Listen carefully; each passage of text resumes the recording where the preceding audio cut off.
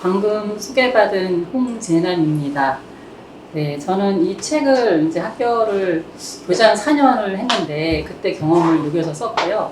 그 전에 교장되기 전에도 교사하면서 어떻게 학교를 바꾸고자 했는가 그런 것들을 같이 몇 개 섞어서 썼습니다. 먼저 제 소개를 간단하게 말씀드리겠습니다. 저는 80년대 중반 학번인데요. 그때 서울로 대학을 와서 대자부에 붙어있는 그 광주 항쟁의 참상과 그리고 그 전태일 열사의 그 전기를 읽고서 너무 충격을 받아서 그때부터 학생운동과 노동운동에 열심히 참여했고 그러다 보니까 좀 졸업을 늦게 했습니다. 그 과정에서 감옥도 있고 왔다 갔다 하고 그래서 중학교 과학교사를 늦게 2000년에 나와서 19년 동안 과학교사를 했고 그때 그 와중에 저는 계속 교육개혁 운동을 했었는데요. 그 와중에 강릉현 교육감이 당선이 되시면서 혁신학교를 시작을 했습니다. 그래서 근무하던 우리 중학교에서 혁신부장을 하면서 초기에 혁신학교의 시스템을 구축하는 일을 앞장서서 했습니다. 그 와중에 제가 혁신부장을 하고 이렇게 하면서 느꼈던 것이 이게 그때 강의를 굉장히 많이 들었거든요. 혁신학교 정책 관련해서. 그런데 강의하시는 분들이 대체로 다 교수님들 계시지만 교수님들이셔서 현장과 밀착된 얘기는 조금 떨어지는 부분이 있어서 제가 이제 그때 현장을 좀 잘 알고 있는 사람들도 좀 공부를 할 필요가 있다 생각해서 늦은 나이에 50대라고 적었는데 50이 넘은 나이에 석사와 박사를 교원대에서 했습니다. 석사 논문은 교사 공동체로 했고 박사 논문은 아이들의 학습과 실현을 어떻게 할 것인지 조건을 설정하고 했습니다. 그리고 다시 우리 중학교에 다시 공모기장으로 2019년에 와서 사실 우리 중학교는 제가 10년간 근무한 학교라서 굉장히 친정같은 학교이기도 합니다. 교사생활 19년 중에 이제 10년을 여기서 근무를 한 거죠.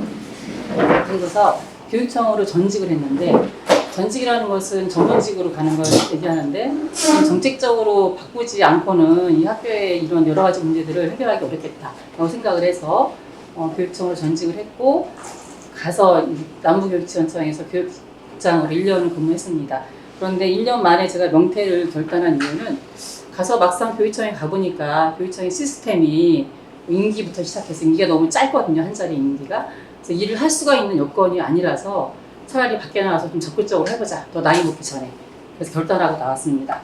나와서 작년에 있는데 나와서 이 책을 쓴 겁니다. 바빠서 그동안에 못 쓰다가 잊어버리기 전에 쓰자라고 이 책을 시작을 했고 그러다가 작년 다 아시지만 8월 달에 우리 조희경 교육감께서 그렇게 자리를 상실하셨잖아요. 그래서 제가 쭉 나온 후보분들을 보고서 내가 교사들 중에 더 잘할 수 있지 않을까. 사실 저는 교수님들은 이제 유초등등 교육이니까 생각을 안 했고요. 교사들 중에는 나도 잘할 수 있을 것 같다. 내가 더 잘할 수 있을 것 같다라고 해서 뭔 용기인지 용기를 내서 도전을 했었고 1차는 통과했지만 2차에서 안 돼서 지금 여전히 밖에서 이제 지금은 다같이 배움 연구소를 만들어서 활동하고 있습니다. 이 책의 목차는 다음과 같습니다. 학교의 교장은 필요한가를 플로록으로 썼고 일부에서는 주로 행정 실무형 인지도 리더십으로 어떻게 교육활동 중심의 학교를 운영할 것인가에 대한 것이 내용이고요. 3장으로 구성되어 있고 2부는 교육과정 전문가로서의 교장, 학교의 모든 것은 교육과정. 사실 학교에서 가장 중요한 건 교육과정이죠. 교장이 교육과정을 모르고는 학교를 제대로 운영할 수가 없는 것이겠죠. 그래서 이게 얼마나 중요한가에 대해서 얘기를 했고 마지막으로 교장 제도에 대해서 이야기했습니다. 저도 공무교장이거든요. 승정교장이 아니고 이 내용 중에서 제가 이제 하고자 했던 것은 어떻게 하면은 교장이 이 학교를 좀 바꾸는 데 좀 혁신적인 교장이 될 수 있을 것인가를 굉장히 고민을 했는데요. 먼저 그 얘기를 본격적으로 시작하기 전에 우리나라 교육 상황을 아마 잘 아실 것 같아요. 학교 상황을. 우리나라 학생들과 교사의 자살률을 한번 조사를 해봤는데 다 아시죠? 너무 많은 학생들이 지금 죽어가고 있습니다. 반면에 또 교사들도 마찬가지입니다. 점점점 많은 교사들이 죽어가고 있죠. 그래서 보면은 점차 늘어나는 추세에 있고, 이거를 제가 통계를 다시 조사해 보니까 청소년은 이제 11.7명이라고 나와 있는데 유치원부터 하면 3.89명이더라고요. 그 인원으로 따지면. 그리고 교사들도 마찬가지로 여기 보면은 교사들도 이 통계가 3.73명입니다. 10만 명당. 비슷하죠.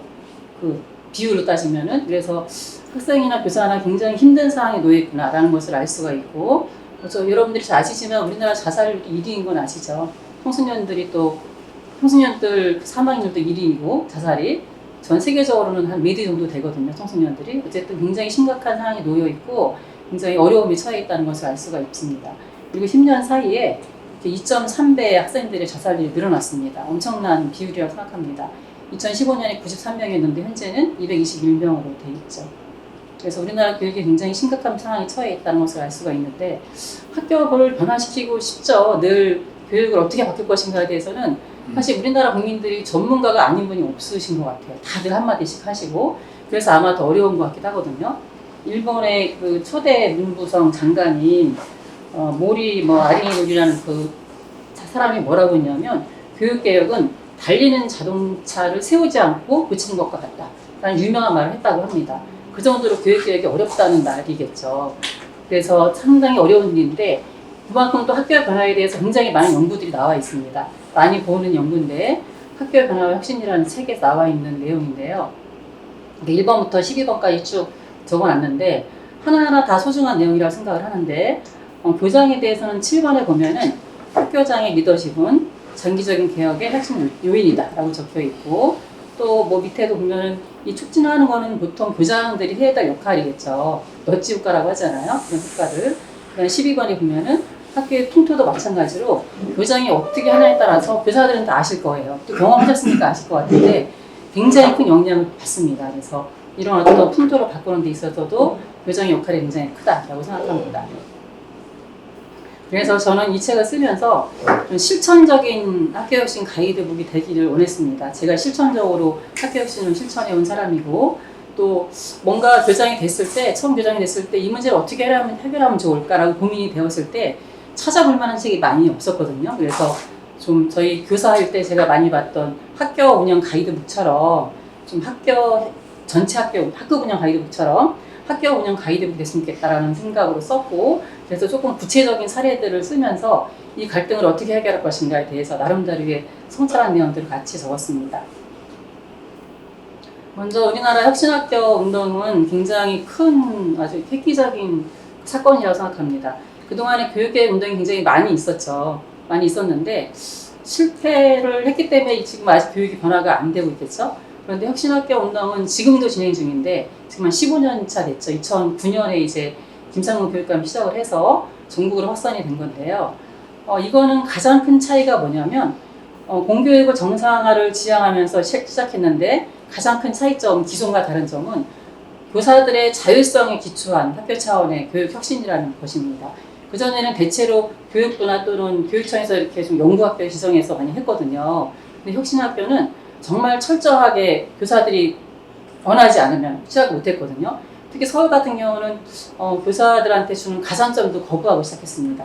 왜냐하면 가산점을 줬을 때 이것이 가산점 때문에 모여드는 그 교사들은 정말 헌신적으로 할 수 있을까에 대한 그런 문제의식이 있어서 가산점도 없이 치열한 논의 끝에 시작을 했고요. 그래서 정말로 교사들이 학교를 바꿔야 되겠다. 그런 마음에서 시작을 했고 그만큼 헌신적으로 했고 교사들이 그만큼 소중하게 느끼고 있는 가장 실천적인 교육개혁 운동이라고 생각을 합니다. 저도 그 와중에 2010년부터는 계속해서 그런 삶을 살았고 그런 어떤 교육개혁 운동에 동참해 왔습니다.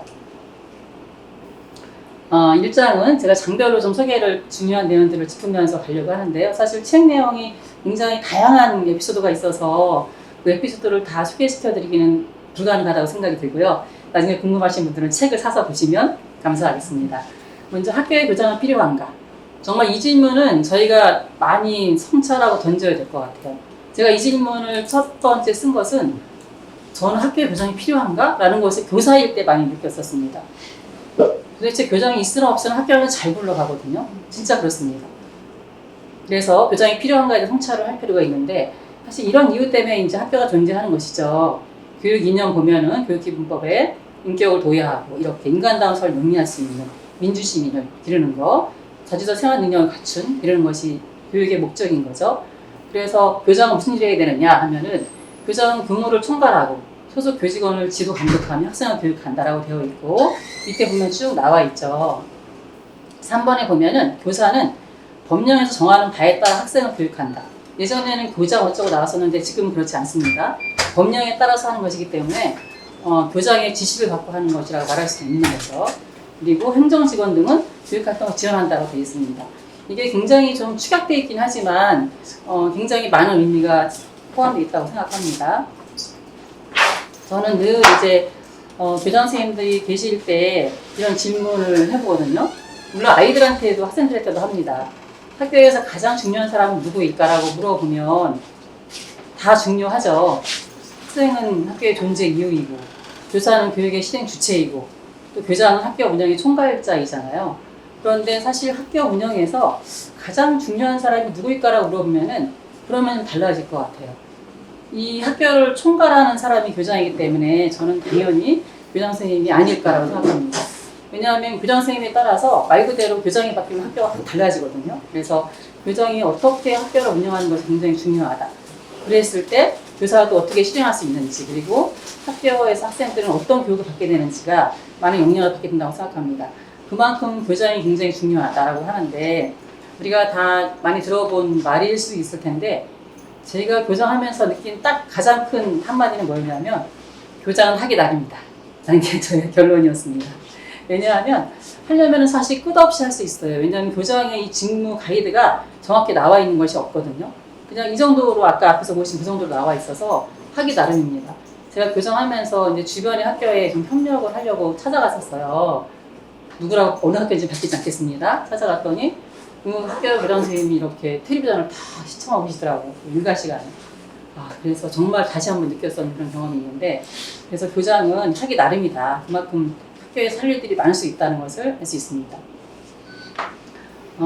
교장이 어떻게 하느냐에 따라서 학교는 굉장히 달라집니다. 그래서 교육활동 중심의 학교 문화를 만들어야 한다는 것인데, 교장이 할 일이죠. 교사는 법령에서 정하는 바에 따라서 학생을 교육해야 되는 것이지, 교장이 뭐 이거 지시했다 저거 지시했다 하는 것은 아니라고 생각하는데, 여기처럼 이 교사가 아이들과 수업에 집중할 수 있는 그런 학교, 교육활동 중심의 학교를 만드는 것이 저는 교장의 가장 큰 책임이라고 생각합니다.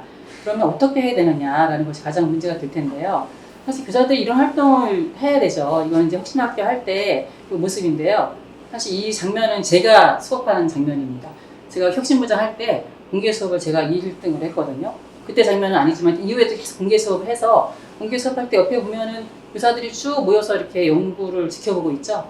그러니까 수업은 개인의 것이 아니고 수업은 공공재이다 라는 의식을 가져야 되는데, 우리는 아직까지는 왠지 수업에 누가 들어오면 굉장히 침범당했다고 생각을 하잖아요. 그것이 왜 그럴까 생각해 보면은 이 수업하면서 받은 상처가 많아서 그런 것 같습니다. 공개 수업하면서. 예전에 연구 수업할 때는 교장이 막 들어와서 뭐 목소리가 어떠니, 뭐 필기를 못하니, 저 필기 잘 글씨 못 쓰거든요. 그러니까 막 지적을 했거든요. 그러니까 하고 나면 상처투성이어서 도움은 안 되고, 그러니까 공개 수업을 굉장히 싫어하죠. 그런데 혁신학교는 그렇지 않습니다. 모든 교사가 돌아가면서 거의 공개 수업을 하고 있고, 제가 근무했던 우리 중학교라 영림중학교에서는 그렇게 하고 있습니다. 이건 영림중학교에서 제가 공개 수업했던 장면인데요. 과학 시간에 했던 거고, 이렇게 연구하고, 또 이거는 제가 우리 중학교에서 교장으로 근무할 때 음악 교사가 코로나 시국이라서 다 마스크를 쓰고 있죠. 코로나 시국에서 계속해서 이 활동을 했거든요. 네, 그런 모습인데, 교사들이 이런 것에 집중할 수 있는 시스템을 만들어줘야 되겠죠. 그것이 교장이 할 일이라고 생각합니다. 행정, 실무형, 민주적 리더십, 그 부분은 저는 굉장히 중요하게 생각하는데, 그럼 이게 어떻게 가능하냐, 어떻게 교사를 학생들 곁으로 보낼 수 있느냐라는 것이 굉장히 중요한데, 저는 학교 구조에서 민주적인 운영과 시스템으로 지원하는 것이 굉장히 중요하다고 생각합니다. 교사들이 자발적으로 이 어떤 자신의 어떤 헌신을 스스로 내서 이 학교의 교육활동을 연구할 수 있도록 만들어주는 것. 이 모습은 제가 학기 초에 이제 다음 1년치 그 교육 계획 활동을 짜거든요. 그럴 때 워크숍을 하는데, 사진을 많이 안 갖고 이것만 제가 보여드리는데, 제가 먼저 1년의 교육활동에 대해서 쭉 교장으로서 교육계획을, 비전을 발표를 하고, 그 비전에 대해서 교사들이 같이 토론하는 장면입니다. 우리 이런 것들을 어떻게 할까, 융합 수업은 어떻게 할까라든가, 근데 교장 선생님이 제시한 거에 대해 이거는 좀 아닌 것 같다라든가, 그런 것들을 2박 3일 동안 꼬박 하거든요. 2박은 아니고 3일 정도 꼬박 해서 정하는 장면인데, 이거는 왜 중요하냐면은 교사들이 객체화되고 대상화되어 있지 않고 학교 운영의 주체로 본인이 주도적으로 참여한다는 것을 의미하는 것이거든요. 그래서 굉장히 중요한 그런 학교의 문화라고 생각을 하고, 혁신학교는 이렇게 많이 바뀌었습니다. 그리고 혁신학교의 성과가 일반 학교로도 많이 가서 일반 학교도 이런 것을 형식적으로도 하고 있습니다. 교육청이 이제 지침을 내려서. 그렇지만 얼마나 내용적으로 담보되는지는 사실은 좀 의문점이 있는 경우도 많이 있습니다. 그 다음에 두 번째는 이런 것이 교장이 바뀌거나 사람이 바뀌었을 때 계속 수시로 바뀌면 안 되기 때문에 이런 학교 구조를 시스템으로 구축하는 것이 굉장히 중요한데요.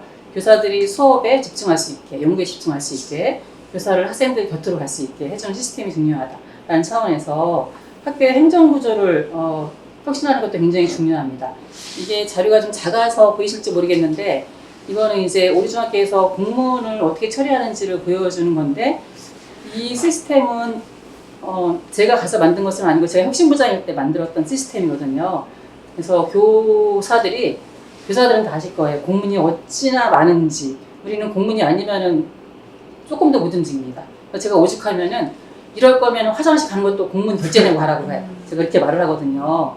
그 정도로 너무 공문이 촘촘하게 많아서 그 공문에 너무 교사들이 시달리거든요. 그래서 그것을 어떻게 하면 좀 바꿀 수 있을까를 혁신학교 하면서 굉장히 많이 고민했습니다.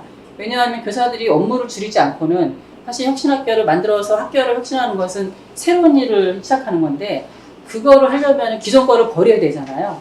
유명한 말이 있죠. 혁신은 새로운 것을 하는 게 아니라 과거를 버리는 것부터 시작한다. 쓸데없는 거 버리는 것부터 시작한다. 그것이 먼저라는 말을 이제 하고 있잖아요. 그래서 그 부분에서 공문을 굉장히 효율하게 해서 만드는 시스템인데 이거는 자세하게 책에 설명되어 있으니까 어쨌든 교사들이 나이스에 들어가지 않고도 공문이 뭐가 왔는지를 알 수 있고 또 교사들이 공문을 기한하지 않고 행정사가 기한하는 방식입니다. 그리고 부장한테 공문을 보내서 이렇게 나누는 방식이 아니고 이거는 교사들은 금방 이해할 텐데 교사 아닌 분들은 저기 이해하실 것 같은데 어쨌든 그걸 굉장히 간소화해서 교사들이 최대한 행정업에서 노연할 수 있게 만든 시스템입니다. 그런데 이걸 하면서 저는 굉장히 이게 참 우픈 현실이라고 생각하는데 공문 과제 카드라고 막 편철을 해야 돼요. 그 선생님은 아시죠? 이거 굉장히 귀찮거든요. 공문이 오면은 그 담당자가 예를 들어 송재나입니다 그러면은 그걸 편철해야 되는데 제가 이거 세봤어요. 얼마나 걸리는지 그랬더니 클릭을 18번을 해야 돼요. 그래야지 공문 하나를 편철할 수 있거든요. 실수하면 참 클릭 한 20번 넘어가요. 그래야 편철할 수 있는데 하루에 부장들은 제가 부장할 때 제가 창제 부장할 때 30개 공문이 막 오거든요. 40~50개씩 그러면 너무 한심한 거예요. 할 일이 너무 많은데 그래서 이제 그거를 안 하는 시스템을 만들었거든요. 아까 거기서 다 행정사하게 만들었거든요. 그래서 우리 중학교에 교사들이 신규 교사가 왔는데 이거는 신규 교사가 한 얘기입니다. 책에 써있기도 하고 신규 교사가 저한테 어느 날 그러는 거예요. 저 교장일 때 얘기인데 2019년에 교장 선생님 저 나중에 다른 학교 가서 공문 이것도 편철도 못하고 그러면 어떻게 해요? 공문도 못하고 그러면 어떻게 해요? 라고 저한테 물어보더라고요. 제가 뭐라고 했을까요? 제가 뭐라고 했냐면 그 공문 처리하는 건 원래 교사 일이 아니야. 걱정하지 말고. 두 번째, 그 학교에 가서 이렇게 바꾸자고 말을 해봐. 그 다음에 세 번째, 만약에 혹시라도 그게 안 되면 5분이면 배워. 걱정하지 마. 제가 그랬거든요. 그랬더니 같이 막 웃었거든요. 근데 저는 이런 거 가지고 교사들이 이렇게 귀중한 이 자원들이 이런 거에 시간을 낭비하는 게 너무 아깝습니다. 그래서 이거를 굉장히 좀 우픈 학교 현실이 아닌가라고 생각하고 학교에서 교사들이 계속 요구하는 게 우리를 행정업에 노연하게 해달라고 하고 있잖아요. 바로 이 부분이 이제 결정적으로 드러나는 한 에피소드라고 할 수 있습니다. 어떤 그 학교가 교사들이 아이들 곁으로 갈 수 있는 시스템을 만들었는데 사실 교장인 저도 굉장히 많은 일을 했습니다. 제가 행정 실무형이라고 붙인 이유가 뭐냐면 저는 교장은 행정가라고 생각하거든요. 그래서 갔을 때 반드시 내가 행정을 일을 해야 된다고 생각해서 제가 가자마자 19년에 뭘 했냐면은 교육계획서 내가 쓰겠다. 왜냐하면 제가 연구혁신부부장 맡았을 때 그 교육계획서를 쓰는데 수시로 교장실에 들어가서 교장님 선생님이 빨간 줄 거주면은 다시 고쳐오고 그거를 수시로 했거든요. 그래서 보면서 아니 교육계획서가 학교의 비전을 세우는 건데 이거를 왜 연구부장이 수업도 준비해야 되는데 하고 있지? 2월달 3월달에 막 쓰거든요. 그리고 게다가 또 막 빨간 펜까지만 하니까 제가 너무 그럼 본인이 하면 될 것을 그럼 본인이 바로 할 수 있잖아요. 그래서 저는 이거는 반드시 교장이 교육계획 전체를 세우는 거니까 해야 된다고 생각해서 가자마자 바로 이제 저도 그 일을 달라고 해서 제가 했고 또 학부모 회도 제가 맡아서 했고 그리고 공문 처리하는 것도 제가 만든 일은 제가 공문을 처리했고 아무튼 저도 실질적으로 굉장히 많은 행정업을 했습니다. 교장도 행정가로서 일을 해야 된다고 생각합니다. 3장은 이제 학교 학계 만드는 교육 공동체에 대한 얘기인데 제가 학교에 2019년에 가서 굉장히 충격을 받은 것 중에 하나가 뭐냐면 홈페이지를 바꿔야 되잖아요. 교장이 바뀌었으니까 홈페이지를 들어가서 딱 인사말을 봤더니 교육 서비스 현장이 떡하니 일화면에 있는 거예요. 서비스 현장이라는 것이 대충 감이 오시죠? 우리 교사는 어떻게 해서 무슨 뭘 제공하고 막 마치 소비자와 뭐라 그래야 되죠? 그 서비스를 제공하는 사람 관계인 거죠. 교사, 이 학교와 교사, 학부모 관계가. 그걸 보고 제가 깜짝 놀라서 이렇게 학교가 공동체가 아니고 이제 학교는 학부모들한테 또는 밖에 서비스를 제공해야 되는 입장이 처해 있구나라고 생각해서 바로 이거는 교사들한테 이건 안 물었습니다.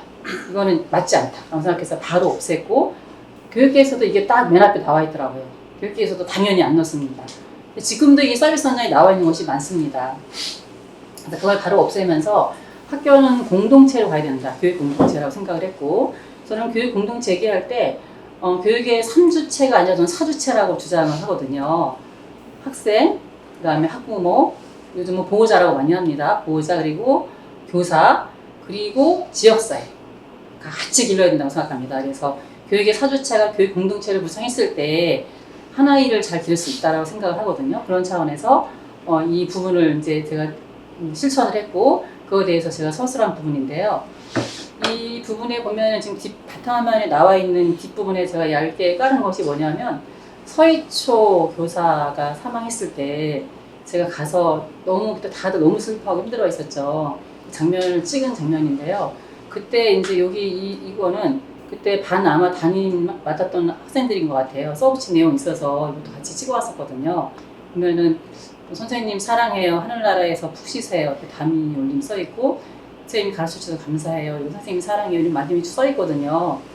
이때 받았던 충격은 너무너무 저희가 컸었죠. 그래서 그 이후에 서희초 사건이 가져온 파장도 다 알고 계실 테고 저는 이때 이 서희초 교사가 결국 사망으로 이르게 한 직접적인 이유가 민원이었잖아요. 학부모 민원이었잖아요. 그 민원을 만약에 교사가 적극적으로 나서서 해결했다면 거의 교장이 나서서 했다면 그렇게까지 갔을까에 대해서 저는 결단코 안 그랬을 거라고 저는 말씀드리고 싶습니다. 왜냐하면 갈등 해결을 교사가 오롯이 가져갔을 때 교장이 나서지 않고 누군가 내 편이 되는 사람이 없다고 했을 때 궁지에 몰리는 것이거든요. 희망이 없을 때 사람들은 극단적인 선택을 한다고 생각하거든요. 저는 갈등 해결을 실제로 제가 나서서 많이 했고 이제 갈등이 벌어졌을 때 초기에 바로 가져와서 했는데 갈등 해결을 그 적임자 교장이라고 생각하는 이유는 5가지로 제가 정리를 해서 3개 다 썼는데요. 첫 번째는 교장이 했을 때 가장 빠르게 해결될 수 있습니다. 이게 끌어서 차고차고 담임 교사 그 다음에 올라오다 보면은 점점 이게 사건이 좀 커지기도 하고 더 갈등이 심화되거든요. 그래서 빠르게 교장이 문제를 인식을 하고 빠르게 해결할 필요가 있다는 것이고 두 번째는 민원 대상이 교사에서 학교로 전환됩니다. 담임교사한테 막 민원이 오는 것이 교장 선생님이 딱 나서서 하는 순간에 교장 선생님이 상대하게 되거든요. 그러면 학교로 전환되는 것이거든요. 그러면 교사는 이제 민원에서 벗어나서 다시 교육활동으로 들어갈 수가 있는 것이죠. 그 다음에 세 번째들은 당사자들이 감정 소모를 최소화할 수 있습니다. 그렇겠죠. 그 과정에서 기간이 한 열흘이면 끝날 거를 한 2달 간다고 생각해 보세요. 그럼 거의 죽어나는 거거든요. 그 결론이 나중에 뭐 이것이 아니라고 결정이 나더라도 사실 이미 다 너덜너덜하게 상처를 받은 상태인 거죠.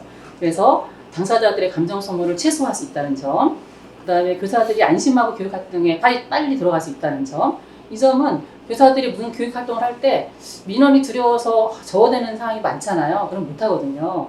사실 이 자세한 내용들은 제가 많이 에피소드로 적어놨는데 이제 그 특수반 선생님이 중간에 정근을 왔어요. 우리 중학교로요. 와서 저는 이제 새로운 교사들을 면담을 하는데 와서 제가 이제 이런저런 얘기를 하는데 얘기를 하다가 막 눈물을 주르륵 흘리면서 펑펑 울었어요. 사실 울면서 얘기를 하는데 그전 학교에서 본인이 이제 민원을 아마 겪었나 봐요. 겪었는데 그 민원인을 어느 날 교장 선생님이 불러서 교장실에 갔더니 민원인이 앉아있고 그 앞에서 사과를 해라. 공개 사과를 하라고 해서 본인은 잘못한 게 아무것도 없는데 공개 사과를 한 거죠. 거기서. 근데 너무너무 억울했다는 거예요. 억울하고 그 학교가 그 선생님이 첫 학교였거든요. 그리고 이제 우리 학교가 2번째 학교로 왔는데 그 얘기하면서 막 눈물을 막 흘리는 거죠. 그런 상태에서는 교사들이 다음에 교육활동을 적극적으로 할 수 있을까요? 당연히 못합니다. 또다시 이런 거를 겪을까봐 제가 그때 뭐라고 했냐면 걱정할 필요 없다. 나는 절대로 그렇게 하지 않는다. 라고 얘기를 했고 실제로 저는 그렇게 했습니다. 학교에서 있었던 민원이, 대표적인 민원이, 제가 이 민원 얘기도 많이 써놨거든요. 학교 책에다가. 근데 진짜 심한 민원인이 하나 있었어요. 초등학교 때 또 유명한 민원인이어서 들어오기 전부터 이제 초등학교 같이 겪었던 분들이 그 학부모들이 저한테 막 얘기해 주는 거죠. 그 초등학교 때 이 때문에 막 그 선생님이 말리다가 팔이 부러지고 결국 명퇴까지 했었거든요. 그러니까 왜 민원인들 보면은 뭐 이렇게 상식적으로 하지 않고 그냥 이해할 수 없게 하거든요. 그런 분들이 있거든요. 저는 이런 분들은 약간 좀 치료가 필요한 차원도 있다고 생각하는데, 어쨌든 그분이 학교로 이제 애가 들어왔죠. 들어왔는데 이 얘기를 듣고부터 저희는 전체 회의를 했습니다. 그리고 담임교사 누가 할 겁니다. 들어오기 전부터 논의를 해서 그 다음에 쭉 정했죠. 어떻게 대응한다 라고 정했고, 실제 왔는데 그럼에도 불구하고 엄청나게 많은 이제 문제가 발생을 했는데 그때마다 저랑 교감선생님이랑 생활지도부장 모두 마찬가지고 행정부장도 마찬가지고 적극적으로 나섰습니다. 그래서 나중에는 전화를 2개 잡고 있으면 교감선생님이 전화를 끊어지기도 하고, 제가 학부모한테 면담하자고 불러서 면담하기도 하고 그렇게 했거든요. 그래서 나중에는 해도 이제 이분이 안 돼서 나중에 제가 어떻게 했냐면, 이분과는 통화는 30분 이상 하지 않는다. 그리고 학교에 들어올 때 반드시 교문에서 이분이 누구 만나라는지 체크한다. 요즘 이거를 법안으로 만들었잖아요. 사실은 법안으로 안 만들어도 이거는 상식이죠. 그리고 이런 부모들은 보면 알잖아요, 이제. 그래서 그렇게 조치를 했고, 실제 와서 30분 넘게 얘기를 하면서 선생님들이 저한테 SOS를 치면 제가 바로 가서 선생님 수업 들어가세요 하고 제가 가서 대응을 했고, 또 이런 방식으로 하니까 굉장히 이 학부모를 혼자 대응한 게 아니거든요. 그래서 3년 동안 겨우겨우, 사실은 애가 크니까 조금 나아졌어요. 아이가 이제 학교 얘기를, 남자아이였는데 덜 하는 거죠, 엄마한테 가서. 그래서 제가 선생님들한테도 처음에 그랬어요. 회의하고 이 학부모를 몇 번 만나고 나서 이 학부모는 설득이 될 대상이 아니다 라고 판단하고, 우리가 학부모를 어떻게 할 수는 없으니 아이는 점점 칼같다. 그러니까 아이가 부모로부터 조금 독립할 수 있게, 그걸 우리가 할 수 있지 않겠냐, 최선을 다해서 그 얘기를 했었고, 실제 그런 과정을 거쳐서 제가 2학년 때까지 같이 보고 있었는데 3학년 때 잘 졸업을 해서 이제 고등학교를 갔습니다. 아마 학부모도 굉장히 노력을 되게 많이 했어요. 관계를 이렇게 만들려고. 그렇지만 학부모가 긍정적으로 바뀌었는지는 잘 모르겠습니다. 그래서 교사들이 안심하고 교육 같은 게 전념할 수 있는 그런 어떤 상황이 된다는 거, 교장이 나섰을 때. 그리고 교사와 학부모가 교장에 대해서 신뢰가 높아집니다. 실제 교장 선생님이 직접 나서서 이 문제를 해결하면은 대부분 해결이 빨리 돼요. 왜냐하면 학부모들이 더 이상 갈 곳이 없거든요. 그래서 그렇죠, 교장 나가는데 스스로 나가니까 뭐 그 다음에 교육청인데 교육청에 가봤자 뭐 그렇잖아요. 그러니까 학교에서는 빨리 끝나는 거예요. 그래서 교육청까지 가거나 그러지 않으면 빨리 끝나기 때문에 그 과정에서 학부모들도 교장 선생님 이렇게 내 문제를 중요하게 생각해 주는구나. 그래서 굉장히 자존감이 올라가시거든요. 그러니까 또 빨리 해결되는 것 같아요. 그래서 저는 이런 차원에서 학부모는 뭐 교사는 말할 것도 없겠죠. 이런 차원에서 교장이 갈등 해결의 적임자다라고 저는 주장을 합니다. 강하게. 그 다음에 이제 한 얘기는 학부모가 교육의 동반자이다. 민원뿐만 아니라 학부모는 굉장히 중요한 동반자인데, 이 에피소드도 굉장히 많이 있지만 제가 시간상 짧게 말씀 하나만 소개를 드리면, 한번 제가 교문에서 맨날 아이들을 이제 맞이하는데, 어느 날 여름에 땀을 뻘뻘 흘리면서 남학생이 이렇게 그 목발을 짚고서 왔어요. 양쪽에 목발 짚고 가방을 메고 왔어요. 그래서 1시간 정도 걸려서 걸어왔대요. 10분 정도 걸어올 거리를. 근데 엄마는 맞벌이가 아니라 혼자 계신 엄마인데 일을 나가야 되고 차도 없고 택시를 부르니 가까운 거리니까 택시가 오지를 않고 방법이 없는 거죠. 그래서 이제 걸어서 어쩔 수 없이 온 거죠. 그 상황이 학교 온 게 너무 고맙죠, 사실은. 왔는데 얘한테 친구들이 도와주라고 말을 해도 싫다고 해서 어떻게 할 수가 없는 거예요. 그래서 제가 이제 하루 이틀 지켜보다가 도저히 안 되겠길래 번뜩 아이디어가 떠오른 게 뭐였냐면, 이 지역 학부모님들은 아침에 출근할 거니까 가는 길에 애를 떨궈주고 하면 안 되나? 그 생각이 든 거예요. 그래서 그걸 학부모회장이랑 의논을 했습니다. 그랬더니 학부모회장님이, 저가 깜짝 놀란 게 뭐였냐면, 학부모회장님이 혼자 하신 게 아니고 얘를 스케줄을 쫙 짰어요. 짜가지고 한 달 반 정도를 얘가 이거 나아질 때까지, 그때까지 아침에 데려다주고 오후에도 데려가고 이걸 해주신 거예요. 너무너무 감사했는데, 더 놀라운 거는 뭐냐면, 이 아이가 학교를 편하게 오기도 했지만 아이가 그 과정에서 굉장히 좀 수줍음이 많은 아이였거든요. 근데 이 아이가 그 과정에서 학부모들이 자꾸 말을 걸잖아요, 차에서. 대화가 왔다 갔다 하면서 점점 이 어른들과 굉장히 관계가 좋아지는 거예요, 지역의 어른들과. 그러면서 아이가 점점 성격이 밝아졌어요. 밝아지고 실제 나중에는 아이가 저한테 이제 졸업하고 찾아오기도 하고 찾아와서 막 했는데 여자친구도 사귀고 막 너무 달라진 거예요. 근데 그런 달라지는 모습을 학부모님도 똑같이 느끼셨어요. 저는 보면서 아 이게 이 아이를 그 많은 학부모들이 지지해 준 거잖아요. 이게 굉장히 중요하구나 아이의 성장에 있어서. 그리고 아이들은 아직 어린 나이이기 때문에 굉장히 달라질 수 있거든요.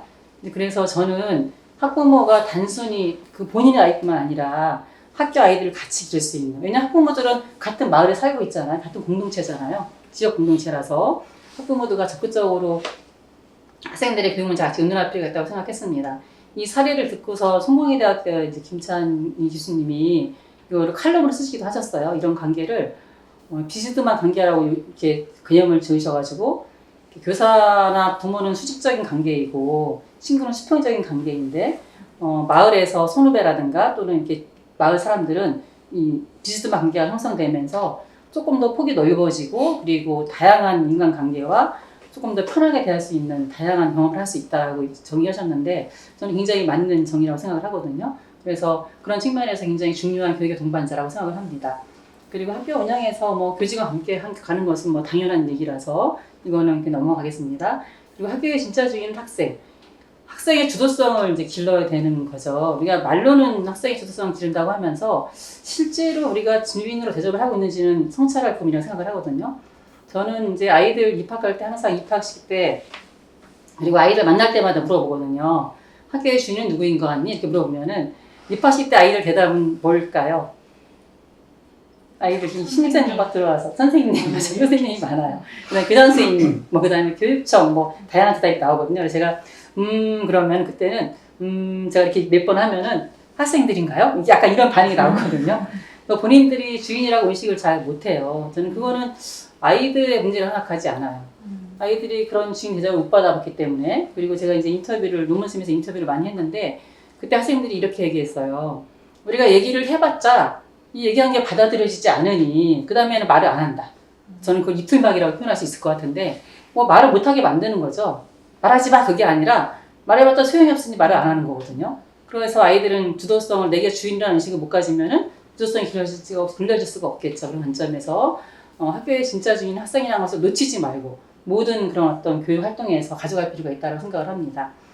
그리고 지역사회는 학교는 지역사회 학교로 마을과 함께하는 그런 어떤 학교가 되어야 된다라고 생각을 해서 제가 사실 가나다라 마 중에서 이 마도 굉장히 중요하게 생각을 하거든요.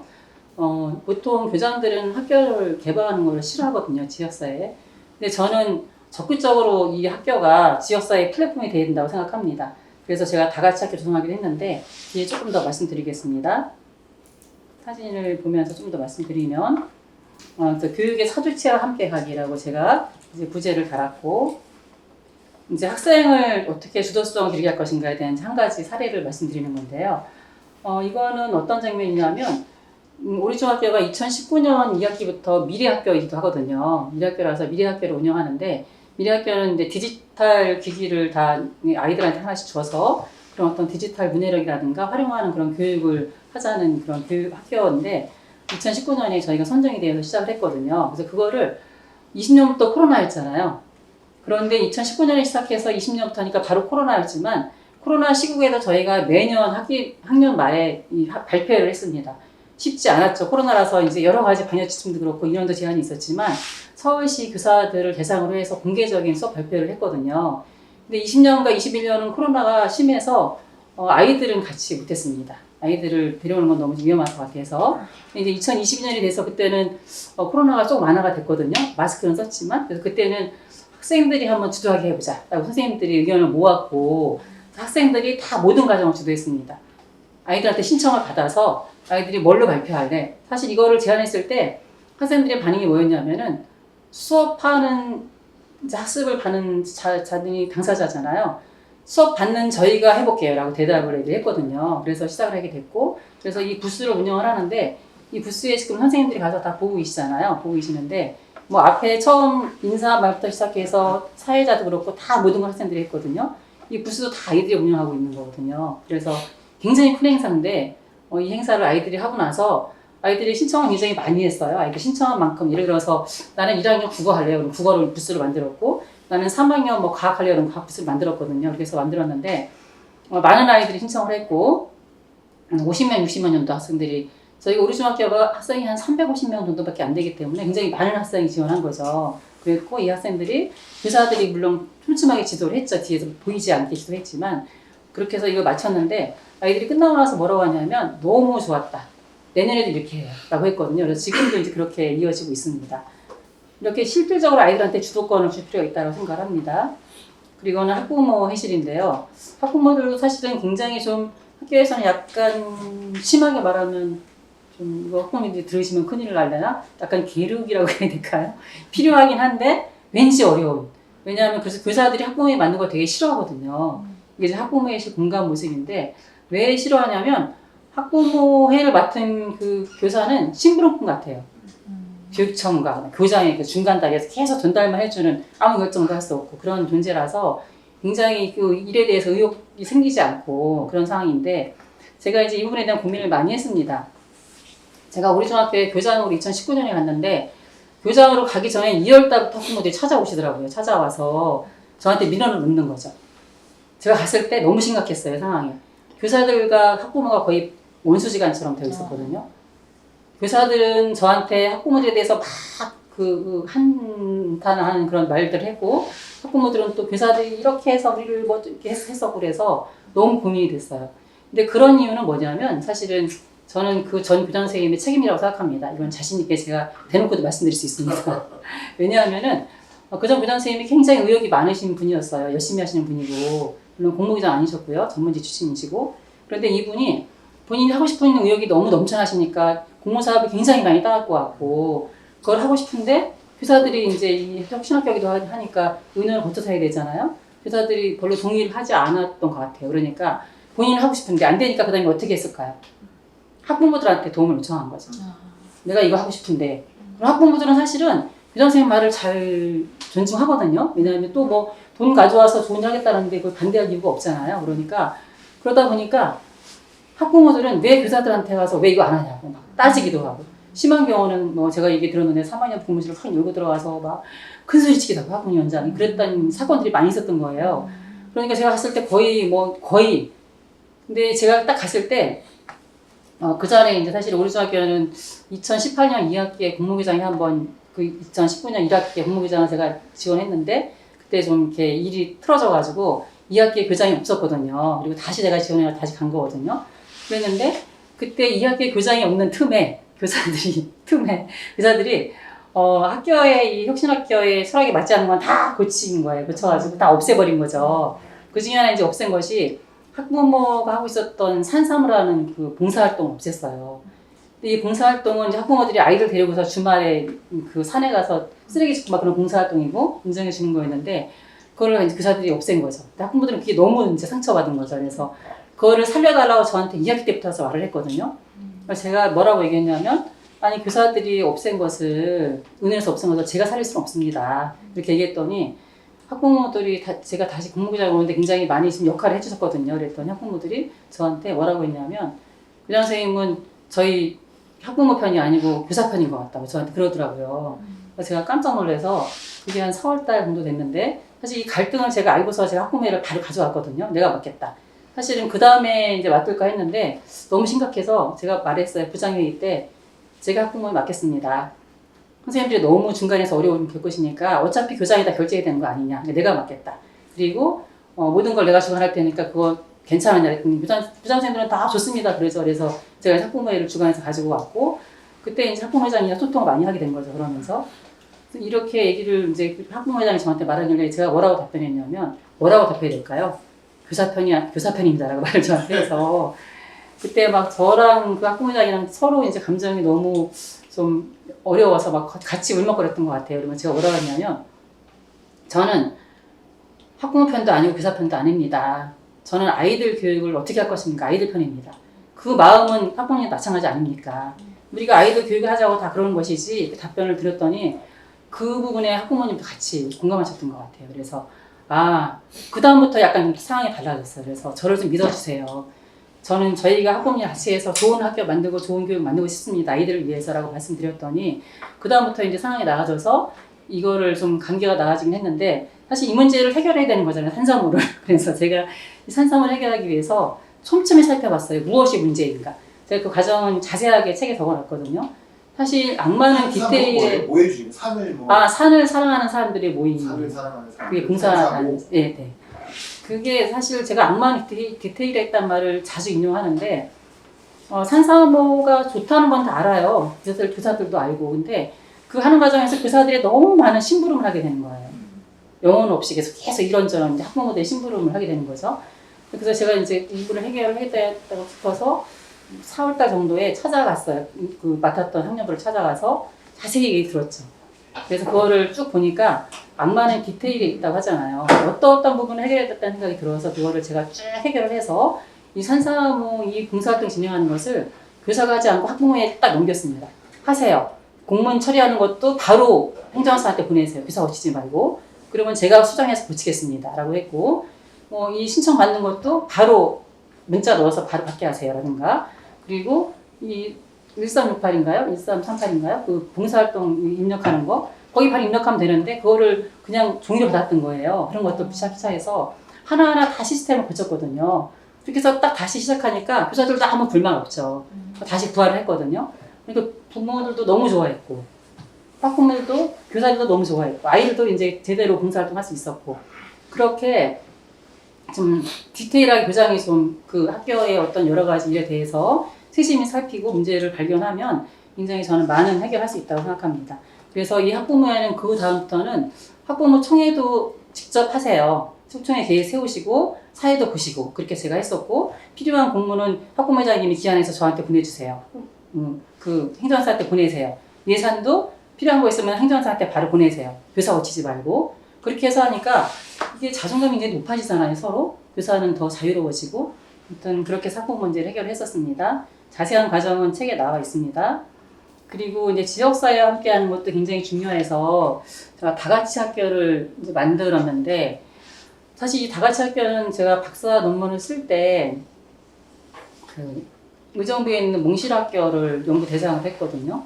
미래학교 학습권이 실현되고 있다라고 판단을 해서, 근데 거기서 이제 그 아이들이 방과 후에 다양한 활동을 하는 그런 어떤 공간인데, 청소년 공간인데, 청소년 공간이 굉장히 없잖아요. 읍면동에 원래 하나씩 만들라고 법에 나와 있어. 청소년 법에 나와 있지만 그렇지 않죠. 저는 그 이유는 딱 한 가지라고 생각합니다. 학생들이 투표권이 없는 거. 그러니 뭐가 무섭겠어요. 그렇죠? 그래서라고 생각하는데, 사실 노인시설은 굉장히 많잖아요. 저는 그거를 너무 안타까워했고, 그러면 뭐 목마른 사람이 몸을 팔 수밖에 없는 거잖아요. 근데 그 몽실학교에서 아이들을 만나서 인터뷰를 한 30명 가까이 했는데, 아이들한테 제가 이제 마지막에 물어봤어요. 그래서 마지막으로 하고 싶은 말이 뭐야? 한마디 뭐 있으면 얘기해봐 하면은 아이들이 공통적으로 두 가지 얘기를 했거든요. 그때 한 가지는 이런 학교가 아예 이렇게 바뀌었으면 좋겠어요 라는 것이었고, 또 한 가지는 학교가 이렇게 바뀐다는 것은 애들이 생각해도 어렵다는 걸 알잖아요. 그러니까 학교가 이렇게 못 바뀌면은 이런 공간이 학교 안에 있었으면 좋겠어요 라는 얘기를 하더라고요. 그래서 제가 그 얘기를 박사학위 논문을 2019년 이제 2학기에 마쳤는데, 그 얘기를 2018년 면담을 들었기 때문에 교장이 되고 나서 이제 이 공간을 학교에다 만들어야 되겠다라고 생각을 하고 바로 시작했습니다. 2019년에. 이저거 시작할 때도 당연히 이제 일이 많이 벌어질 거잖아요. 제가 선생님들한테 당연히 얘기했죠. 이거를 하겠다. 그런데 이 일은 다 내가 한다. 선생님들한테 하나도 안 맡긴다. 의견은 묻겠다. 어떻게 하는지. 이제 공간 그렇게 해서 시작을 해서 이 다같이 학교라는 공간을 학교 안에 만들었고, 여기 보면은 이 과정이 만만치 않았습니다. 2019년에 이제 바로 시작했는데, 제가 이거를 바로 시작할 수 있었던 이유는 제가 오리지널 학교를 이미 잘 알고 있어서 그런 것 같아요. 제가 청년 시절부터 또 구로동에 살았거든요. 그래서 구로 지역 사람들을 많이 알거든요. 그렇기 때문에 이제 이 부분이 더 가능했다고 생각하는데, 일종의 방과후에 하는 늘봄학교 같은 거예요? 방과후에 하는 지역사회 사람들 들여오라 그래갖고 강의하고 뭐. 청소년 자치 배움터라고 생각하시면 됩니다. 방과 후 청소년 자치 배움터. 방과 후에 청소년들이 와서 마음껏 놀기도 하고 마음껏 쉬기도 하고 또 다양한 프로젝트도 하고 이런 시설이거든요. 청소년 공간이라고 생각하시면 됩니다. 이거를 만들려고 했는데 쉽지는 않았지만, 여기 지금 조희영 교육감님, 그 다음에 부청장님이시거든요. 2022년 7월에 드디어 개소를 한 거죠. 4월달부터 시작해서 개소식은 7월달에 했는데 딱 3년 정도 된 것 같아요, 지금.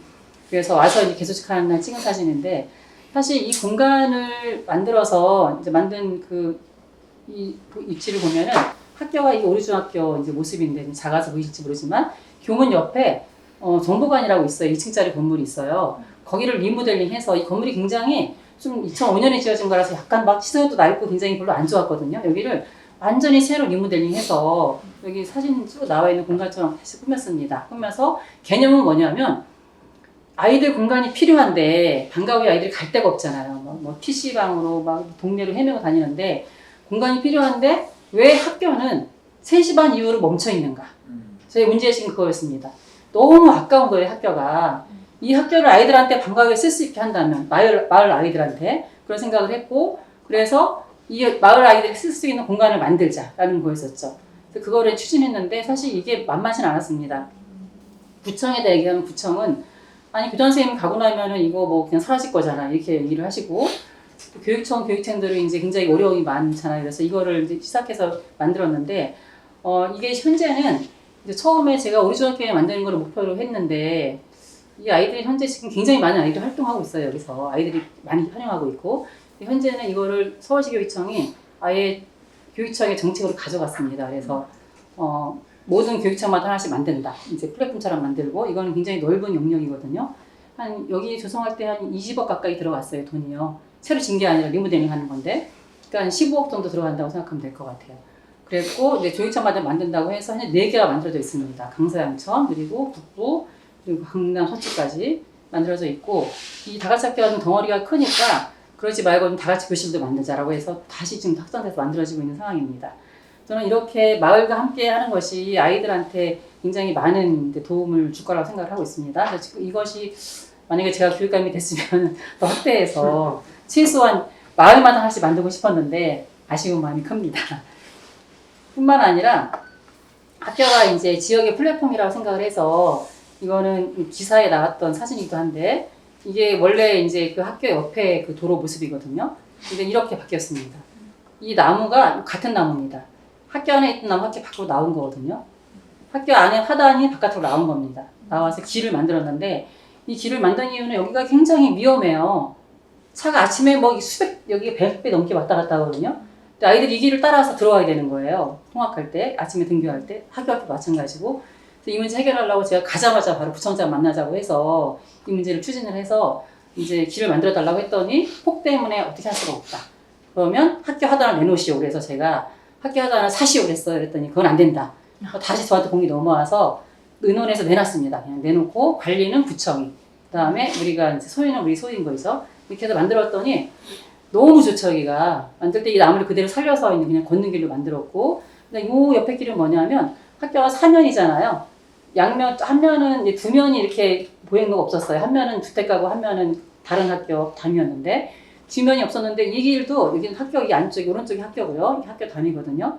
요 길을 새로 만든 길이에요. 쭉 여기 보도 보이시죠? 이 길이 원래 뭐였냐면은 학교를 이렇게 이제 애들이 들어와야 되는 거예요. 마을버스 내려서 들어오는데 이 길이 뭐였냐면 여기가 마을버스가 이쪽에 서면 애들이 걸어오는데 이 길이 원래는 뭐였냐면 거지자 주차 구역이었었어요. 그래서 8대가 차가 서 있었거든요. 그래서 제가 구청한테 얘기하면서 이 길도 보도를 만들어주세요. 이 8대 차는 학교에 세우게 하겠습니다. 라고 제가 협상을 한 거죠. 그랬더니 구청이 이쪽을 옮겨서, 딴 데다 옮겼어요. 옮겨가지고 여기 길 내주고 그 대신 우리는 이 땅을 내놔서 같이 만든 거죠. 만들어지고 나니까 마을 주민들이 이렇게 여기 가서 이렇게 해서 산을 바로 들어가거든요. 뒤에. 그 산에 들어가서 산에 자유롭게 활동을 하는 이제 그런 공간이 된 거죠. 저는 이렇게 학교가 한번 바뀌면은 마을 자체가 달라질 수 있다는 것을 경험으로 한번 느꼈습니다. 그래서 학교는 마을의 지역사회 학교가 돼야 된다. 그랬을 때 학교가 뭔가를 내놨을 때 또 마을 주민들도 학교에 대해서 많이 할 수 있는 게 생기는 거잖아요. 그럼 우리 아이들이 같이 잘 자랄 수 있는 거고. 그래서 교육의 사주체가 함께하는 그런 학교가 중요하다고 생각합니다. 그래야 공동체가 회복이 되겠죠. 사장은 학교의 모든 것은 교육과정 해서 교육과정이 사실 핵심이잖아요. 사실 앞에서 제가 다 말한 것도 교육과정과 연결되는 것들이죠. 뭐 아이들이 환경 얘기에서 얘기했는데 환경도 교육과정이라고 말하는 얘기가 애들이 학교에 올 때 굉장히 막 피하면서 들어와서는 불안감이 남아있을 거잖아요. 그때부터 시작해서. 그것과 편안하게 이렇게 좋은 길을 걸어오는 것과는 다른 차원이잖아요. 그것부터 시작해서. 그래서 모든 것이 다 교육과정이라고 생각을 하는데 학교의 모든 것은. 가번에는 뭐냐면 실제 배우는 것에 주목하자. 사실 우리가 그런 얘기 많이 하죠. 도덕 점수는 100점인데 태도는 빵점이다 이런 얘기 많이 하잖아요. 실제 그런 것 같아요. 이걸 잠재적 교육 과정이라고 말을 하지만 저는 사실 학교에서 벌어지는 여러 가지 그 종합적인 그런 어떤 활동들을 봤을 때 저는 국가교육과정, 형식교육과정이라 하는 것들보다 오히려 잠재적 교육과정이 더 많은 것을 아이들한테 가르치지 않나라고 생각하거든요. 그래서 아이들은 우리가 가르치고 싶지 않은 것도 배우거든요. 안 좋은 것도 배우는 거죠. 그걸 나쁜 학습이라고 얘기를 하는데 그래서 실제 배우는 것이 무엇인가에 주목할 필요가 있다는 것이고 환경도 교육과정으로 바라봐야 된다는 것이고 그 다음에 암과 삶이 함께하는 교육과정이 필요하다. 예를 들어 급식 순서 같은 경우 대표적인 경우거든요. 우리가 맨날 이렇게 얘기하죠. 약자를 배려하는 삶을 살아야 돼 라고 말을 하지만 실제 학교에서 보면 급식 순서가 어떤 건가요? 보통은 다 3학년부터 먹거든요. 보통 다. 그리고 2학년, 1학년. 왜냐하면 그거는 약간 뭐라고 해야 되나 그 능률 우선주의예요. 3학년이 빨리 먹으니까라고 말하는데 정년 능률 우선주의를 따지면 사실은 약자를 보호할 수가 없습니다. 그렇잖아요. 우리가 주차구역 만들 때도 만들어 놓잖아요. 그리고 엘리베이터도 다 만들어 놓지만 그거 약자를 위한 건데 몇 사람이 사용하겠어요, 사실은. 그래서 저는 이 사회적 약자라든가 공정성 이런 것은 능률하고는 다른 차원이라고 생각하거든요. 이거는 명제라고 생각하거든요. 도덕적인 측면이고. 그래서 그런 측면에서 급식 순서도 당연히 약자를 보호해야 된다라고 생각을 하거든요. 그래서 아니면 최소한 돌아가면서 먹든지. 만약에 3학년들이 먼저 먹는 거 보면은 아이들이 뭐 어떻게 생각할까요? 약자를 배려라고 했지만 실제는 뭐 강자가 다 우선이네? 사실 이 얘기 제가 직접 들었어요. 그 책에 제가 써놨는데 제가 교실 배치를 바꿨거든요, 한번. 2학년들을 밑으로 내리고 3학년을 위로 올렸어요. 그랬더니 졸업한 3학년생이 저를 찾아와서 뭐라고 하냐면 그러더니 교실이 바뀌었네요? 그러더니 이거 3학년 특권이었는데 딱 그러더라고요. 2층에 1학년 내려온 거 보면서. 그러니까 아이들은 그거를 1학년 때는 참는 거죠. 꾹꾹꾹. 내가 코 크기만 해봐라. 이렇게 참고 있다가 3학년 되면 누린다라고 되는 거거든요. 근데 저는 거꾸로 생각하면은 이 좋은 것을 양보를 하면 얘들한테 내려주면은 급식도 마찬가지예요. 급식 논의할 때도 저희는 이제 우리 중학교는 급식을 다행스럽게 제가 갈 때 새로 시작을 했기 때문에 절대로 3학년 때 먹으면 안 된다라고 제가 처음부터 얘기했거든요. 그래서 논의를 해서 딱 3개월씩 돌아가면서 먹어요. 딱 같은 일수로. 3개월 1학년, 3개월 2학년 이렇게 먹거든요. 막 놀지 않고 그냥 쭉 3개월, 쭉 3개월 이렇게 굉장히 편리하거든요. 그러면 이렇게 하니까 3학년들은 왠지 자기가 약간 후배들을 배려하는 것 같고 후배들은 내가 존중받고 선배들 나를 좀 배려해주네라는 걸 받게 되는 거죠. 그래서 굉장히 좋은 그 학교 문화가 형성이 된다고 생각하거든요. 그게 학교 문화거든요. 그래서 아까 교실도 제가 그런 차원에서 바꿨습니다. 1학년들이 막 4층에서 막 어쩔 줄 몰라하는 거예요. 내려오지도 못하고.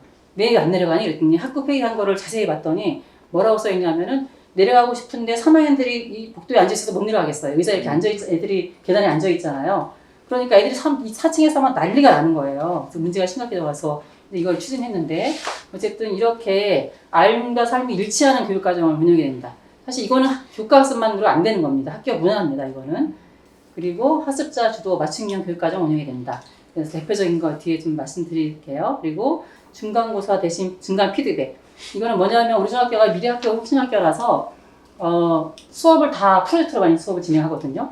그런데 평가는 다 그 객관식으로 한다면 그건 맞질 않잖아요. 그래서 중간고사를 없앴습니다. 코로나 때 없애주고 나서 아예 없앴거든요. 없애고 나서 그 대신에 이제 부모들이 사실은 좀 보고 싶어 하잖아요. 아이의 그런 것들을 보고 싶어 하니까 중간고사 때 아이들이 어떤지를 다 이제 중간 피드백이라고 표현을 정해서 다 보내주거든요. QR코드로 딱 찍으면 다 볼 수 있게. 그래서 그거를 실시를 해서 이 평가가 교육과정과 수업과 동떨어지게 이 수업과 이 교육과정은 프로젝트로 하는데 평가는 객관식으로 하면 안 맞다라고 암기식으로 하면 안 맞으니까 같이 갈 필요가 있다고 생각을 합니다. 그 다음에 이 학습자 주도 맞춤형 교육과정은 사실 학교에서 굉장히 어려운 부분이기도 해요. 이것도 이제 이 계기교육을 할 수 있는데 발자국을 애들 이렇게 많이 찍어놔서 제가 찍었는데 보이시나요? 이거 사진 찍어서 별로 안 보이는 거예요. 너무 더 많거든요. 이거를 제가 개선하면서 아이들과 함께 했습니다. 이렇게 교육을 전체적으로 이제 그 방송으로 교육을 하고 여기 들어갔는데 예산이 얼마였다. 그리고 앞으로 칠하면 얼마다. 다 교육을 했어요. 그리고 이거 어떻게 할까 해서 그냥 칠하는 건 쉬운데 애들이 이거 학급 회의를 했어요. 칠할까 말까 학급 회의 했더니만 아이들이 칠하지 말자 그러더라고요. 교사들도 그렇고. 왜냐하면 칠해봤자 다시 또 이럴 거니까. 라고 했는데 그러면 아이들 말대로 하지 말아야 되나? 저는 이건 교육이 아니라고 생각했어요. 칠하고 찍지 않게 되는 게 교육인 거죠. 그래서 다시 이제 얘기를 해서 찍게 우리 이거 칠하겠다 이렇게 얘기를 하고 그러면서 같이 이제 아이들한테 인식하게 한 거죠. 그래서 아이들한테 별 이제 이벤트를 한 거죠. 칠한다. 그리고 이거를 일주일 동안 발자국이 많이 없다면 내가 아이스크림 쏘겠다 전체한테 이런 의미였거든요, 같이. 근데 아이들이 막 나와가지고 사실 아이스크림 하나가 그렇게 큰 것도 아니잖아요. 그냥 막 닦아요, 닦고 누가 찍었나 보고 막 이러면서 아 이게 나의 문제로 돌아가는 거죠. 그래서 암과 사랑이 연결될 수 있도록 이렇게. 그리고 예산이 어떻게 쓰이는지도 아이들한테 아는 거죠. 다 투명하게 하는 거죠. 그런 과정 통해서 저는 많은 그런 어떤 아이들이 배움이 있었다고 생각합니다. 그리고 이 동아리도 이제 학생지도 동아리인데 제가 바꾼 것 중에 하나인데 이게 뭐냐면 아이들이 사실은 교육과정까지 아이들이 움직이기 힘들어요. 국가교육과정이 딱 정해져 있어서. 그러니까 제가 교육과정까지 아이들이 할 수 있는 방법이 뭐가 있을까를 고민했는데 동아리는 가능하겠더라고요. 동아리를 아이들이 처음부터 본인들이 모집을 해요. 막 공부해야지 모집하고 자기들이 이제 계획도 세우고 예산서까지 돼요. 그리고 지도교사도 본인들이 섭외를 해요. 해달라고 섭외해서 마치 대학교처럼 하는 거죠. 이렇게 해서 하는 경험을 했는데 이게 2020년에 이제 계획을 세워서 했어요. 두 번째 제가. 근데 그때가 코로나가 왔잖아요. 쉽지 않았거든요. 그래서 겨우 1학기 말에 구성을 하고 2학기에 온라인으로 막 했어요, 이거를. 근데 놀라운 것은 2학기 말에 이제 학생의 아이들과 간담회를 하는데 학생의 아이들이 뭐라고 하냐면 이게 너무 좋았다. 깜짝 놀랐어요, 저. 아니, 별로 활동도 못 했는데 왜? 그랬더니만 저희들이 모든 걸 다 했잖아요. 라고 얘기를 해서 아이들은 사실은 이 자기 삶의 주도성을 갖고 싶어 하는구나 라고 생각을 했습니다. 근데 저는 이게 동아리 한 부분이긴 하지만 정규 동아리에서 한 거죠. 이 학습 과정에, 수업 교육 과정에 있는 이런 경험을 한 것과 안 한 것은 큰 차이가 있다고 생각을 하거든요. 그래서 저는 교육 과정을 다는 못하더라도 동아리는 할 수 있다고 생각합니다. 네, 이제 마지막으로 학교 시설과 예산인데요. 학교 돈은 아깝지 않다. 이거 뭐 다 아시잖아요. 교장 바뀌고 또 바뀌면 막 이제 뭐 전에 만들어 놓은 게 다 그런 거 진짜 많아요. 그래서 제가 자세한 내용 써놨으니까 그냥 보시면 될 것 같은데 이 연못은 제가 너무 아쉬워서 제가 또 과학교사라서 제가 또 교사로 있을 때 또 같이 이제 조성했던 거라서 이거를 이 급식실 만들면서 싹 없애버렸어요. 제가 오기 전에 2018년 2학기에 너무 아쉬워요. 제가 이거 없애지 말라고 밖에서 굉장히 얘기했는데 제가 이제 갈 거니까 근데 없애서 여기가 너무 생태적인 연못이었고 그리고 이제 제가 과학교사인데 여기가 만들어지고 나서는 아이를 데리고 현미경 데리고 나가서 물 떠서 막 그 안에 있는 생물도 관찰하고 그랬거든요. 물벼룩도 관찰하고 또 안에서 막 그 잠자리 우하는 것도 보고 물풀, 검정말은 그다음부터 사질 않았어요. 여기 연못에 많아가지고 그리고 물고기가 엄청 많이 수천 마리가 있었거든요. 꽤 큰 이 정도보다 더 큰 연못이었거든요. 그런데 이것을 구성한 게 2010년이에요. 교육청에서 그린스마트를 조성한 건데 이거를 10년 만에 없앤 거예요. 같은 교육청이. 10년도 안 돼서죠. 2010년에 했으니까. 그러니까 너무 어이가 없는 거죠. 그래서 이제 이게 정책에 따라 너무 달라지고. 물고기는 다 생매장을 다 아, 네. 제가 책에 썼는데 정말 그게 너무 정말 비교적이게 생각했어요. 그래서 물고기 어떻게 했냐 그랬더니 그냥 거기다 흙을 묻은 거예요. 묻어버렸어요. 네. 이게 도대체 학교에서 이게 할 짓인가 싶은 생각이 들어서 책에서 되게 썼습니다. 네, 너무 이거는 정말 제가 교장으로 가서 이거를 복구할 수 있는지 봤더니 다 뜯어내서 안 된다고 했습니다. 그다음에 공간은 누구의 것인가에서는 이것도 이제 제가 자세히 썼으니까 보시면 되는데 영림중학교 있을 때 그 협동조합 학교 협동조합 건물을 차로 이제 리모델링을 제가 맡아서 했는데 창체부장이어서 거기 앞에 데크를 놓는데 오늘 나왔더니 삐딱하게 돼 있는 거예요.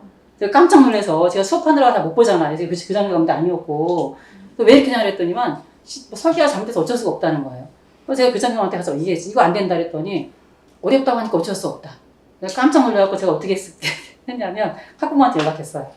이거 협동조합 만드는데 이렇게 하면 애들이 거기 올라갈 때 다 미끄러질 거고 그래서 다시 고쳤던 그런 기억이 있는데 이거를 아니 도대체 본인들이 퇴직하면 나가면 끝이니까 그렇게 놔두면 안 되는 거잖아요. 저는 이런 행태가 정말 너무 많거든요. 그래서 그런 것들이 좀 심각한 문제다. 그래서 학교 시설과 예산도 저기 의자 쌓여 있는 건 뭐예요, 사진에? 의자 쌓여 있는 거는 제가 인터넷에서 가져온 거긴 한데 저도 이런 경험 많이 했습니다. 제가 우리 중학교에서 교사로 근무할 때 교장 선생님이 막 뭐라 그랬지? 방과후에 하는 무슨 뭐라 그래? 독서실을 만들었어요. 2개나 크게 만들었는데 그거를 제 교장으로 왔더니 그때 반대했어요. 저희가 이거 누가 운영할 거냐 안 된다. 그랬더니 아니나 다를까 운영이 다 안 됐죠. 제가 교사로 있을 때부터 왔더니 그 모든 책상과 모든 의자가 그냥 몇 군데 다 이렇게 들어가 있는 거예요. 방치돼 있고. 몇 번 쓰지도 않은 거예요. 한 2년도 못 썼어요. 몇 달 안 썼거든요. 그런 일이 엄청 많습니다. 교장 바뀌고 교사가 바뀌면 제가 가학교사인데 이제 망원경을 사놓으면 망원경 못 쓰는 교사가 오면 못 씁니다. 그냥 방치돼 있어요. 체육교구도 마찬가지예요. 교구 많이 쓰는 교과들이 있잖아요. 그래서 그런 것들은 굉장히 심각한 문제라서 이거는 좀 교육청 차원에서도 그렇고 해결할 필요가 있다고 생각을 합니다. 네, 마지막으로 에필로그로 제가 이 교장이 이제 어떻게 바뀌어야 되냐라고 얘기를 하고 싶은데 사실 교장 선생님들이 대부분 다 나이가 많은 분들이 되시고 또 승진은 과정없이 되잖아요. 그러니까 제가 그렇게 얘기해요. 그 승진하느라고 그 사이에 다 이미 다 에너지 쓰고 할 일을 다 했어요. 그리고 이제 그 다음에 교장이 되고 나면 아 이제는 내가 나도 좀 예전 교장이 조금 편안하게 지내야지라는 생각이 사실은 저절로 들 수밖에 없습니다. 저는 그렇게 해서 학교 바뀌지 않는다라고 생각을 하고 좀 일할 수 있는 교장들이 와야 된다 실제로. 그래서 공모교장 제도가 전면화될 필요가 있다고 생각을 하는데 이건 실제로 이제 그 조사한 거거든요. 강민정 의원실에서 2020년인가 한 건데 이 가장 높게 나온 게 그래프로 좀 더 빠르니까 이렇게 이제 비교를 해보면 그 만족도예요. 여기 이 초록색 진한 게 평교사 출신 공모교장. 그다음에 여기는 이제 그냥 승진해서 온 교장인데 평교사 출신 교장이 훨씬 높습니다. 공모교장이. 평교사가 중요한 게 아니라 공모교장에서 열심히 한다는 거죠. 그래서 이것이 좀 전면화될 필요가 있다. 그래야지만 학교도 변화를 이루지. 지금처럼 뭐 나이 드신 교장 선생님들은 오면은 겨우 1년 반 2년. 또 전문직들은 전문직 이거는 제가 비판하는 겁니다. 4년 동안 근무하는 건 거의 없어요. 한 2년 있다가 다시 교육청으로 가고 이렇게 왔다 갔다 하거든요. 계속 교감도 못 해요. 장학사들. 네, 장학사들. 왔다가 2년 있다가 다시 교육청. 다시 그냥 거쳐가는 거라서 도대체 이래서는 학교가 어떻게 바뀌겠는가. 저는 사실은 외국은 다 교장들을 그냥 뽑아서 계속 그 학교에 근무하거든요. 저는 그렇게 가야 된다고 생각하는데 그렇게까지 못하더라도 그 전 단계로 전면할 필요가 있다. 그러면 그분들은 공모교장은 임기가 있어서 계속 재선출이 되고 그런 식인 건가요? 임기가? 공모교장은 4년 한 다음에 또 공모교장으로 이제 가야 되는데 또 지원해가지고 네네. 그 학교에서 또 할 수도 있고 아니면 딴 데 가요? 다른 학교. 그렇게 하고요. 네. 또 평교사 출신 교장들은 저처럼 교장의 자격증을 받거든요. 연수 받아서 지금 선생님 받고 연수 받고 계시는데 그런데도 발령을 안 내줍니다. 발령을 안 내주고 이게 다 기득권이죠. 기존의 이제 기득권이라서 그러면 또 저희는 다시 공모교장으로 가야 되는 수밖에 없거나 아니면 평교사로 가야 됩니다. 네. 그래서 저는 이게 좀 개선될 필요가 있다고 생각을 합니다. 왜냐하면 교장이 바뀌면 학교가 바뀌기 때문에 현재 공모교장의 비율은 참고로 2020년에 3.79%밖에 안 됩니다. 그리고 그 보수 교육감이 되거나 보수 정권이 되고 나면 이건 그나마 줄어들어서 아마 지금은 더 적을 거예요. 네. 네, 오늘의 내용은 이렇게 교장이 바뀌면 학교가 바뀐다라는 관점으로 말씀드렸고 교장은 이렇게 학교의 리더로 오케스트라를 연주하는 저 연주자의 지휘자의 저는 그런 역할을 하는 거라고 생각합니다. 연주를 직접 하진 않지만 어떻게 연주를 해야 될지를 다 지휘자가 다 이제 하는 거잖아요. 그런 관점에서 교장이 어떻게 이거를 조율하냐에 따라서 학교는 크게 달라질 수 있다라고 생각합니다. 네, 이상으로 오늘의 이야기를 마치겠습니다. 네.